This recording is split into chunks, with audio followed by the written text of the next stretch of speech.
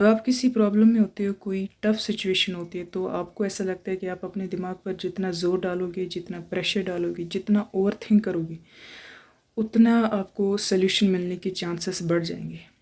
लेकिन असल में ऐसे सोचने से आपकी प्रॉब्लम और भी ज़्यादा बढ़ सकती है। अगर स्पेस ही नहीं होगा तो वहाँ पे कोई चीज़ एग्जिस्ट ही कैसे करेगी।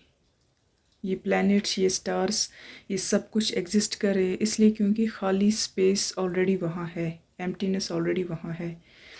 इसी तरह अगर आपने अपने दिमाग में बहुत सारा स्टफ भर के रखा है, बहुत सारे नेगेटिविटीज़, बहुत ज़्यादा ओवर थिंक कर करके कि सल्यूशन मिल जाए, हर तरीके से आप बस सोचने में ही बिलीव करते हो, तो वो सल्यूशन कैसे मिलेगा। इनफैक्ट आपके पास जो ऑलरेडी नॉलेज थी, आपके ब्रेन में जो इन्फॉर्मेशन थी, वो भी गायब हो सकती है। शायद उस नॉलेज से आप खुद की हेल्प कर सकते थे। और इसकी सबसे बड़ी एग्जांपल है हमारे एग्ज़ाम्स।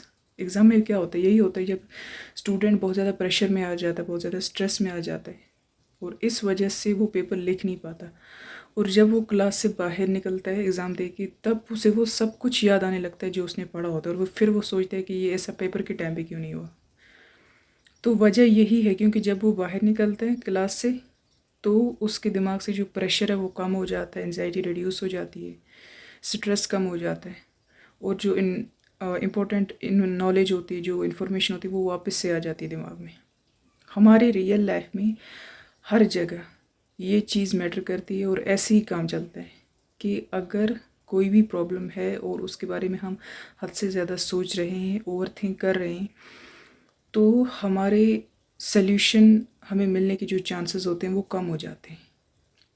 मैंने ये चीज़ जब रियलाइज़ की कि हमारे ज़्यादा सोचने से, ज़्यादा प्रेशर डालने से मुझे आंसर नहीं मिल रहे मेरी प्रॉब्लम्स के, तब मैंने अपना माइंड शिफ्ट किया। जब तक आप ख़ुद को स्पेस नहीं दोगे, ख़ुद को एक्सप्रेस होने के लिए टाइम नहीं दोगे, तब तक सल्यूशन कई हद तक आपको नहीं मिलेंगी। इनफैक्ट आपकी प्रॉब्लम और भी ज़्यादा बढ़ती जाएगी। आई जस्ट थॉट कि अगर ख़ुद को स्पेस दे के मेरी हेल्प हुई है तो आपकी भी होगी। ओवर थिंक करके you will never get an answer.